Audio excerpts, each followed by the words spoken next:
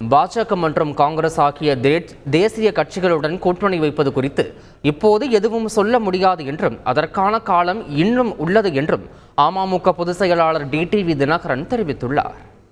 2 தேசிய கட்சி தாங்க, ஒன்னு பாஜக, ஒன்னு காங்கிரஸ். 2 கட்சியோடய கூட்டணி செல்ற வாய்ப்பு இருக்கு இந்த தமிழ்நாட்டு கட்சிக்கும். இதுல கொள்கை ரீதியான கூட்டணி எதுவும் கிடையாது, தேர்தல் கூட்டணி தான். சில பேர் கூட கேட்டாங்க, என்ன கொள்கை ரீதியா?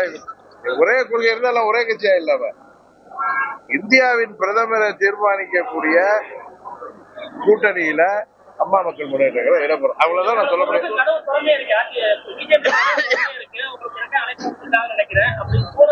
நான் அடுத்த முறை புதுக்கோட்டை வரப்ப உங்களுக்கு எல்லாமே தெரிஞ்சிடும். போட்டியிடுவதை பத்தி நான் முடிவே செய்யல. ஆனா நான் இந்த தேர்தலில் போட்டியிட வேணாங்கிறது என்னுடைய விருப்பம். ஆனா எங்க நிர்வாகிகளும் தொண்டர்களும் நான் போட்டியிட வேண்டும்னு என்ன வலியுறுத்தி வர்றாங்க. அவர்களுடைய கோரிக்கையை நான் பரிசீலிக்கிறேன்னு தான் சொல்லியிருக்கேன். இன்னும் எந்த முடிவு எடுக்கல.